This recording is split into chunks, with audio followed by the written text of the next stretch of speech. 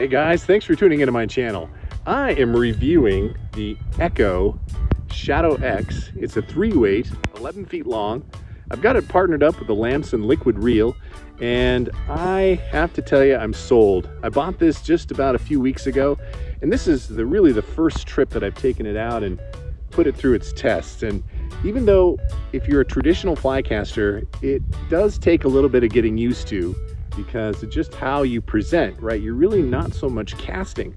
You have the ability to really control the depth of the fly, and in this case I'm using a San Juan worm, and really set it right in front of the fish. If you're sight casting for fish, it's even more thrilling. I mean, I'm able to just set this down and let it drift, find the exact right depth, and the fish is either gonna take a look at it or let it go by or eat it, as in many cases that's happened today. So I am sold on Euro Nymphing.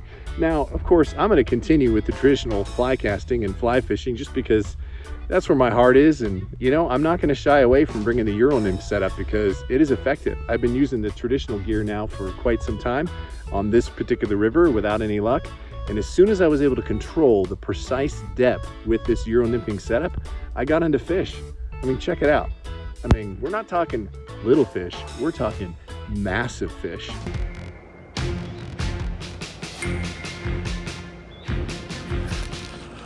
There we go, fish on. Oh, the Euro Nymph, go. It's light tippet. And he's gonna try to go into those rocks. Oh, yeah.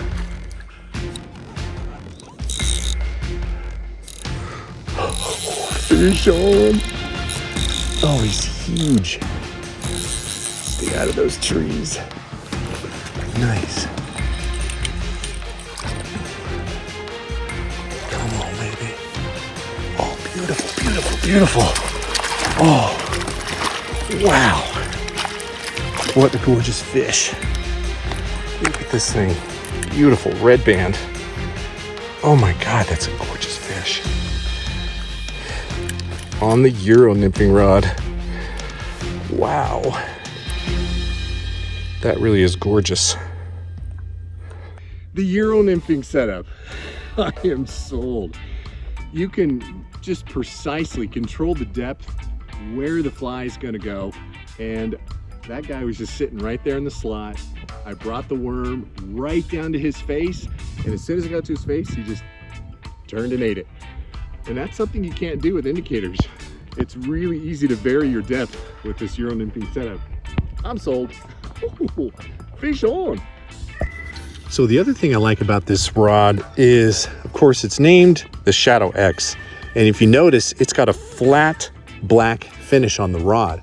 So I literally have a fish, a rod lengths in front of me, and the fish is not getting spooked despite the fact that I've been trying to dangle this San Juan worm over his face here for quite a few minutes, but he is not spooked at all. He does not see the shine off the rod. And that's kind of why they call it the Shadow X, is because it is very stealthy and the fish have a tendency to not see it. So it is, as advertised, super stealthy. Fish don't seem to be spooked by it at all. So that's a pretty cool feature of the Shadow X. So what are some of the cons with the Euro Nymphing setup?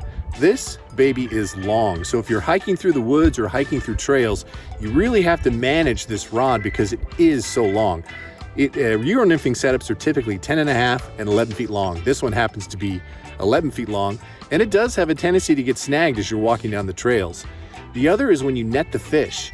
I have to stick my arm out as far as it goes, and I've got some long arms with my other arm with the net, and attempting to net the fish, you really have to have a ton of space between your rod tip and the net to successfully land that fish because everything's being held so far away with this 11-foot setup. The other is once you net the fish, I'll set the rod down or I'll set it in my side holster And if you don't have enough leader out, it puts a heck of a bend on the rod tip.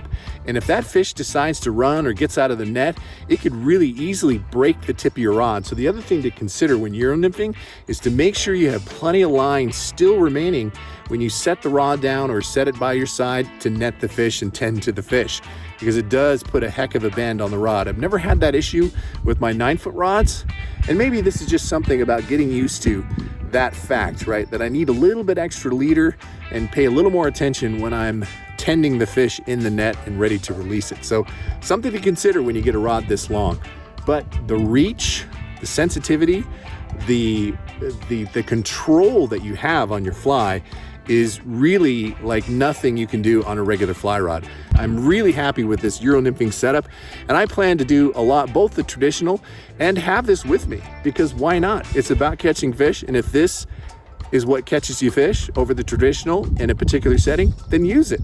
All right, let's go catch some more fish. Fish on.